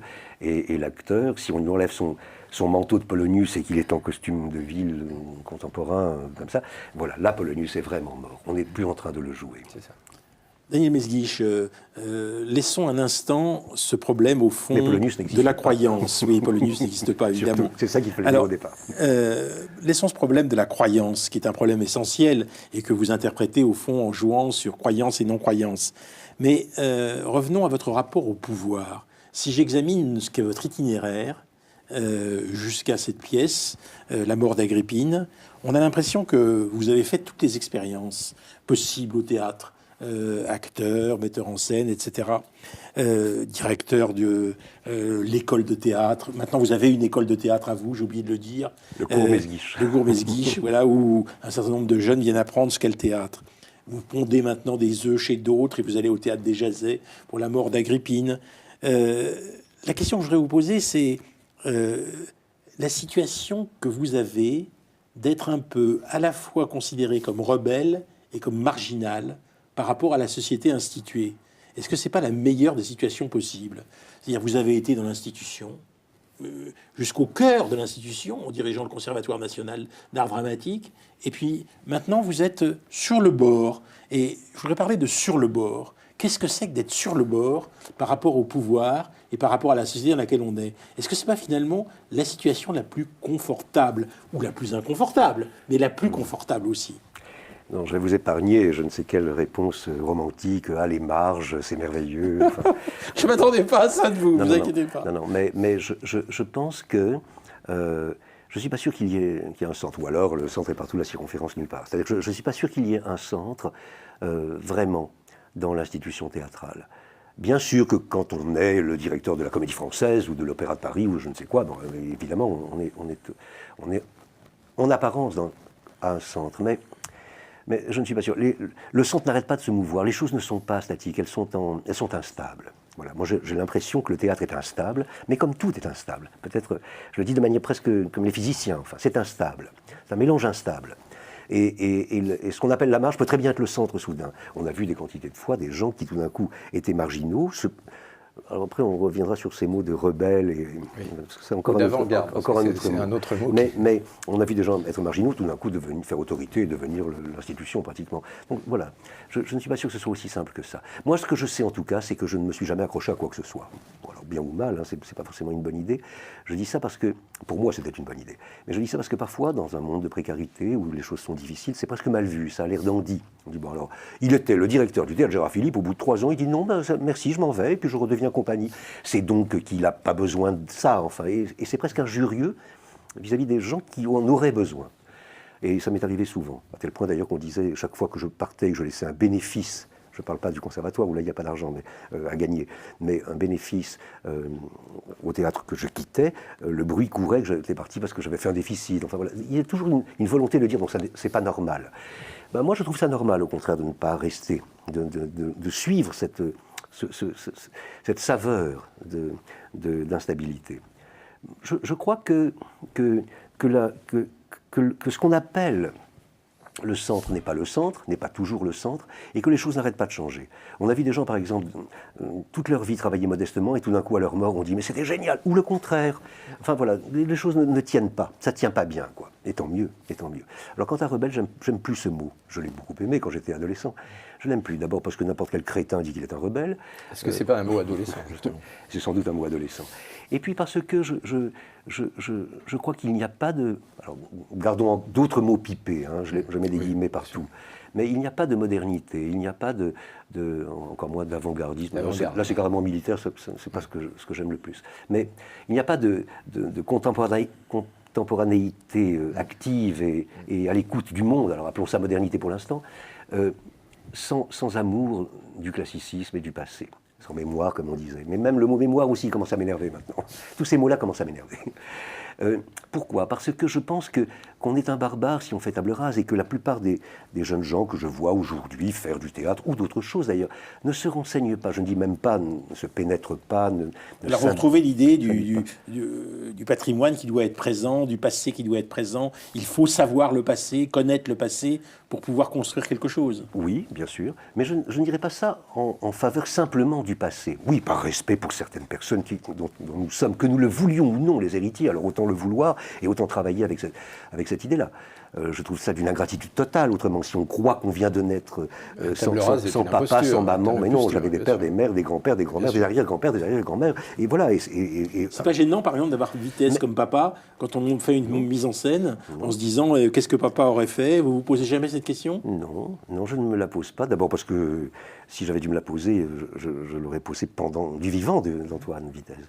Et d'ailleurs, il est venu voir, je crois, tous mes spectacles, comme j'allais voir tous les siens. Et non, je ne me pose pas ces questions-là. Non, ce que je veux dire par là simplement, c'est qu'il n'y a, dans la méconnaissance du passé, de ce qui nous autorise, au sens de l'auteur, nous autorise à faire tout ce que nous faisons, eh bien, je crois qu'il n'y a pas de modernité qui tienne. Et je crois même qu'il faut avoir une certaine tendresse, pas simplement connaître, donc ne pas être dans la méconnaissance, mais même un certain amour, parce que connaître, c'est aussi aimer, hein, sinon on ne connaît pas vraiment. Et j'aime vraiment même le vieux théâtre. Le vieux théâtre que j'ai combattu quand j'étais jeune. Quand j'étais jeune, j'étais le révolutionnaire. Voilà.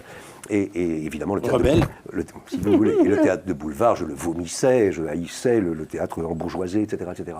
Et j'inventais les formes. Enfin, je me prenais pour le Che Guevara de l'art dramatique à Paris. Mais en même temps, au fond de moi, je pouvais reconnaître que Jacqueline Maillan, par exemple, actrice de boulevard, avait 1000 fois plus de talent que tel jeune acteur qui était moderne, et j'étais d'accord avec ses idées, mais qui était plus petit qu'elle, qui était moins bon qu'elle, qui ne lui arrivait pas à la cheville. Et la force, le talent, la grandeur de l'art de quelqu'un m'intéresse. Ce qui fait qu'aujourd'hui, d'ailleurs, je peux lire des auteurs, je suis de gauche, enfin je crois que je peux le dire encore, je peux lire des auteurs de droite et les admirer, parce que je trouve qu'ils écrivent sublimement bien, parce qu'ils disent des choses magnifiques, pointues, intelligentes, déliées, ciselées, enfin, et que parfois, même souvent maintenant, dans ce qu'on appelle la gauche, il y a des bons gros crétins. Voilà, et donc je préfère... Vous voyez, c'est-à-dire que je crois... C'est peut-être ce que voulait dire Leonardini quand il disait... c'est un classique, il est tellement classique qu'il est baroque. Parce que oui, je crois que je suis un classique. J'aime le classicisme, je l'aime vraiment. J'aime Racine à l'infini. Je trouve que c'est un génie absolu. Quand on croit qu'il y a une tirade avec un discours, pas du tout. Pour passer d'un vers à l'autre, il faut sauter des continents, des océans, pour arriver à l'idée suivante. C'est pas du tout une simple rhétorique évolutive. C'est chaque fois des bouleversements, des plis, enfin, tout ça est sublime. Moi, j'aime ça, donc j'aime Racine. Mais j'aime aussi Hélène Cixous, j'aime aussi, je ne sais pas moi... Clarisse Nikolsky. Clarisse Nikolsky, j'adorais Clarisse Nikolsky, j'adore toujours. Écrivain un peu connu, mais oui, remarquable. J'aime Éric Chevillard, j'aime... bon, alors si je dis Pascal Quignard, vous allez dire, bah oui, mais il est classique. D'accord, mais enfin bon, j'aime Pascal Quignard, enfin, il y a de grands écrivains que j'aime vraiment, oui, et qui sont contemporains. Mais, au contraire, mais je crois que, encore une fois, au fond, ce n'est pas les modernes que j'aime, c'est les futurs classiques. Je pense qu'ils seront classiques. C'est-à-dire les meilleurs. C'est-à-dire les meilleurs. Daniel Mesguich, votre livre, L'éternel éphémère, propose un équilibre entre le texte éternel auquel vous croyez, on le voit bien, et une image éphémère que vous aimez voir surabonder. Et c'est ce lien, cet équilibre entre le texte éternel et l'image éphémère que je voudrais vous voir évoquer. C'est-à-dire que j'ai l'impression que dans toutes vos mises en scène, il y a à la fois, je l'ai dit tout à l'heure, un très grand respect pour le texte, et je vous en remercie, et en même temps, une création d'images surabondantes qui viennent, au fond, accompagner votre lecture du texte. Pas qu'accompagner. D'abord, elles viennent du texte. Rien ne vient pas du texte, par définition. C'est-à-dire toutes les images dont vous parlez, je ne les aurais jamais imaginées, c'est le cas de le dire, si je n'avais pas eu ce texte-là et pas un autre. Enfin, donc c'est ce texte-là qui crée ces images-là, pour moi en tout cas. Maintenant, oui, c'est ce rapport-là. Il y avait j'ai oublié son nom, je suis désolé. Il y a un graveur que j'adore. Comment il s'appelle? J'ai son nom sur le bout de la langue. Qui faisait des règles qui avaient l'air d'être en acier, comme ça, magnifiques, et puis des bancs de velpeau tout pourris autour. Titus Carmel. Gérard Titus Carmel. Il avait fait ça. Eh bien, c'est ça que j'aime. C'est ce rapport-là. On peut le dire de manière plus noble encore et peut-être plus ancestrale. La langue hébraïque, c'est que des consonnes. La voyelle, c'est pour l'humain. La voix, c'est la voyelle, c'est la voix c'est la présence, alors que l'autre, c'est la trace, comme vous le savez, etc. etc. Je ne vais pas vous faire un dessin. Donc il y a d'un côté la trace, l'écriture, et le monde non pas de ce qui perdurera d'ailleurs, parce que tout disparaît, l'entropie est gigantesque, même ce qui est écrit, mais qui ne s'adresse pas qu'à celui qui est en face de moi, quoi.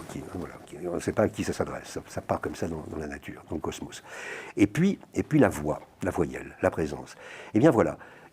Pour moi, le théâtre, par exemple, un jeune juif dans une yeshiva qui annonne, ou qui récite le texte hébraïque, c'est un vivant qui va disparaître avec un texte qui est en principe éternel. C'est déjà du théâtre. La consonne et la voyelle qui s'associent, c'est déjà du théâtre. Les grands textes avisés éternels, ils ne le seront pas, ils ne le sont pas, ils ne le seront pas, et je pense qu'on a perdu des tonnes de textes de l'Antiquité, je pense même Racine, dont on vient de parler, comme si c'était évident, Racine, et bien si ça se trouve Racine, dans 2000 ans, il n'y a plus de Racine, enfin voilà, etc. Donc je ne peux pas dire que l'un soit éternel et pas l'autre, mais il vise à ça, c'est comme s'il l'était. Et puis de l'autre côté, des gens périssables, abîmés, pleins d'eau. On est plein d'eau, notre corps est plein d'eau, alors que le texte, non, il est sec. Hein, il trace la chose sur la pierre. Enfin voilà. Et c'est ce rapport-là, sans doute, qui est pour moi le plus sensuel. Comment est-ce que vous arrivez à faire vivre à la fois l'idée de vouloir tout mettre en scène, parce qu'on peut dire que vous avez voulu tout mettre en scène, et en même temps, cette idée qu'il y a dans Cyrano, que le personnage n'est pas une personne. C'est-à-dire que vous mettez tout en scène sans croire aux personnes que pourraient être les personnages. Mais les personnages ne sont jamais des personnes. Chez Cyrano, comme partout, moi je crois qu'un personnage n'est pas une personne. Une personne, ça a une montre au poignet, par exemple. Il n'y a pas d'heure pour les personnages. Une personne, ça a des papiers d'identité, ça a une carte d'identité. Vous aimez bien le mot spectre, d'ailleurs. Aucune le personnage est plutôt voilà. spectral. Non, un personnage, c'est... Moi, dans mon oreille, quand j'entends personnage, j'entends une chose étrange, j'entends personnâtre. Un peu comme on dit jaunâtre. C'est pas jaune, c'est jaunâtre. Eh bien, c'est une personnâtre, vous voyez. C'est-à-dire que c'est pas vraiment une personne.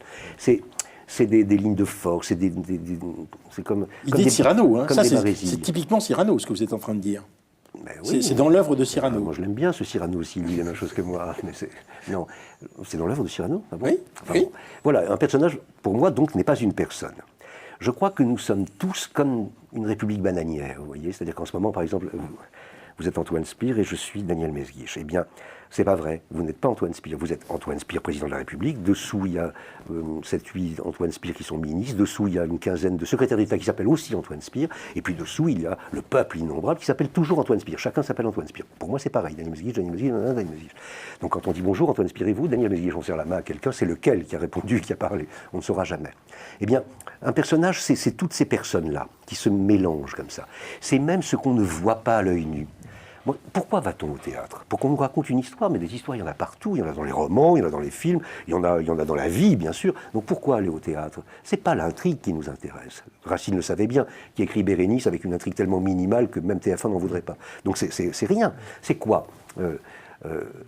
Ce qui nous intéresse dans les histoires, c'est de voir un versant de moi, une part de moi que je n'ai jamais le temps, ni l'envie, ni peut-être le pouvoir de voir de moi.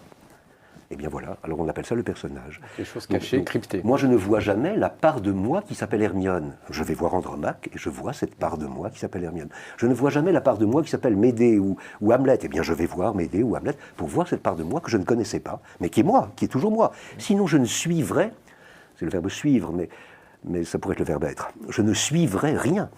Hein, voilà. Vous êtes en train de nous dire que chacun d'entre nous, on est pluriel, et que ce pluriel apparaît à chaque moment, un élément de ce pluriel dans le théâtre, et c'est dans la mesure où on consonne avec cet élément-là qu'au fond on adhère à une pièce de théâtre et qu'on se sent touché, ému par la pièce de théâtre. Oui, mais pas simplement parce qu'elle réveille en moi ou en X ou Y quelque chose qui était déjà là, intact et statique. Encore une fois, c'est mouvant.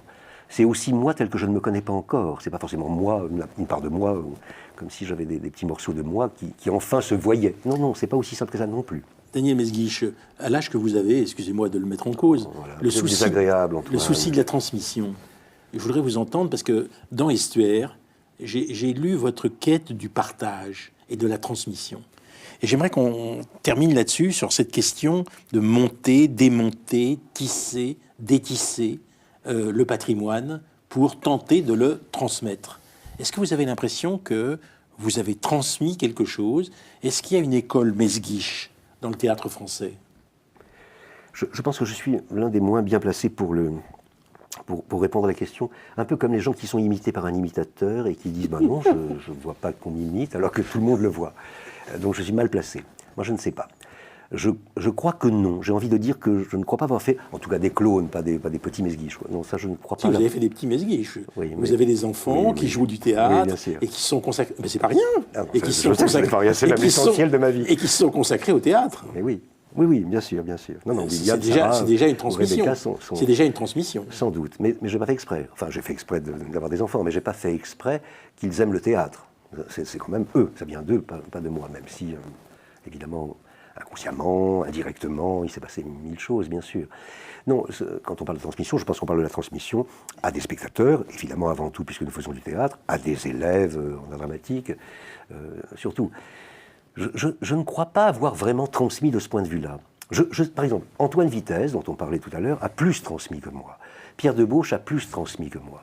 Je crois simplement que j'ai éveillé des envies. Mais, alors maintenant, est-ce que c'est mon théâtre que j'ai transmis ou pas? Vous savez, j'ai eu plusieurs professeurs. Il y en a un dont on ne parle jamais, évidemment, il est moins connu. C'était une dame, elle s'appelait Irène Lamberton. Et elle travaillait au Conservatoire de Marseille. C'est la première personne qui m'a dit « Daniel, tu devrais faire du théâtre ». Donc c'est pas rien quand même. Et cette dame, elle a eu des élèves qui sont devenus après des gens très différents. Virginie Crespo, présentatrice de l'émission protestante pendant très longtemps, des années. Francis Lalanne, chanteur. Moi-même, enfin, des gens, mais j'ai plus les noms là, mais des tonnes de gens qui n'ont rien à voir entre eux. Est-ce qu'elle a transmis? Oui, elle n'a pas arrêté de transmettre. Est-ce qu'elle a transmis ce qu'elle disait? Non. Elle nous a transmis qu'on devienne nous, qu'il se passe quelque chose, enfin, avec nous. Alors, je crois que je suis plus semblable à Irène Lamberton qu'à Antoine Vitesse de ce point de vue-là. Vous voulez dire que vous avez formé des personnalités qui ont suivi leur cours, mais ont tiré de vous la compréhension du texte et au fond l'amour de l'image qui accompagne le texte? Alors oui, bien sûr. Je crois que je leur ai transmis d'autres choses qui sont presque plus banales. Une certaine confiance en soi, un certain plaisir à délirer, à inventer, à imaginer, enfin voilà. Mais après, ils font des choses que je ne co-signerai pas. Hein. Certains font des choses. On peut évoquer Philippe Torreton, Sandrine Kiberlin. Philippe, je peux dire oui. Oui, jusqu'à Torreton, Kiberlin, enfin des quantités de gens, enfin Richard Anconina, des gens qui n'ont rien à voir entre eux d'ailleurs. Et voilà, je trouve que tout ça, c'est bien. Vous disiez que le théâtre est l'acte d'ouvrir un livre devant tout le monde. C'est ce que vous dites dans Estuaire. Vous avez souvent l'impression que vous êtes en face de tout le monde quand vous ouvrez ce livre? Alors, il y a deux réponses. Si j'ai le temps, je vous le dis très vite. La première, c'est que non, bien sûr que non. Le théâtre, comme vous le savez tous, est élitaire. L'idéal serait qu'il soit élitaire pour tous, comme le disait Antoine Vitesse, bien sûr. Mais c'est pas ça que je voudrais dire. Moi, je pense qu'il n'y a que de la délégation. Et on revient à l'histoire de vérité, pas vérité. Il n'y a que de la délégation, que de la représentation ou de la représentativité au théâtre. Les spectateurs à qui on s'adresse, vers qui on s'adresse, de toute façon, le théâtre ne s'adresse rigoureusement à personne. Il s'adresse au projecteur ou à Dieu si on y croit. Mais il ne s'adresse pas aux gens dans la salle. La scène d'un acteur n'est pas la tribune d'un homme politique, ni l'estrade d'un conférencier. C'est tout à fait autre chose. C'est un lieu imaginaire. Et on joue devant les gens, mais ce n'est pas vers eux, pour eux. Hein, premièrement. Deuxièmement, un acteur doit parler fort. Donc il doit parler fort, doit se faire entendre de toute l'assistance. Ils ont tous payé à peu près la même place, enfin, il n'y a pas de raison de privilégier X et pas Y. Donc, on s'adresse au premier rang, mais on s'adresse au dernier rang aussi. Eh bien, je pense qu'on s'adresse au-delà du dernier rang. Vous voyez, le dernier rang, il y a le mur du fond dans la salle, ben, au-delà de la salle, vers tous ceux qui n'ont pas pu entrer. Au fond, c'est à ceux-là qu'il faut s'adresser. Alors, quels sont ceux qui n'ont pas pu entrer? Eh bien, quand on va jouer la mort d'Agrippine au théâtre de Jazet, en mars et en avril, je pense qu'il y a des gens qui ne viendront pas, qui ne pourront pas venir. Je suis à peu près sûr que 99,99%, et encore je suis gentil, c'est même beaucoup plus que ça, des Vénézuéliens ne viendront pas voir la mort d'Agrippine. Je ne sais pas pourquoi, mais j'en suis à peu près sûr. Sait-on jamais. Sait-on jamais. Alors, justement, ou bien les Esquimaux, ils ne viendront pas voir la mort d'Agrippine. Voilà. On sait très bien que, quoi qu'on fasse, et si populaire qu'on soit, il y a des gens dont on sait très bien qu'ils ne viendront pas. Mais admettons, théoriquement, en tout cas, il pourrait venir. Il pourrait y avoir un Vénézuélien ou un Esquimau. Quels sont ceux dont on est sûr qu'ils ne viendront jamais? Les morts. Alors il faut s'adresser aux morts. Si on s'adresse aux morts. Ou les pas encore nés. Les pas encore nés, ça c'est sûr qu'ils viendront. Eh bien voilà, c'est à eux qu'il faut s'adresser. Et donc de ce point de vue-là, je fais bien qu'élitaire un théâtre extrêmement populaire, puisque je m'adresse à l'humanité entière, non seulement présente, mais même passée et à venir. Merci Daniel Mesguich. Alors je voudrais vous inviter maintenant à aller au Théâtre des Jazets pour voir la mort d'Agrippine, si c'est possible. Évidemment, le Théâtre des Jazets, c'est à Paris. Beaucoup d'entre vous n'iront pas. Mais si vous n'allez pas voir la mort d'Agrippine, essayez de lire un peu des livres de Daniel Mesguich et de ce qu'il dit de la représentation. Ça vaut le coup. Merci.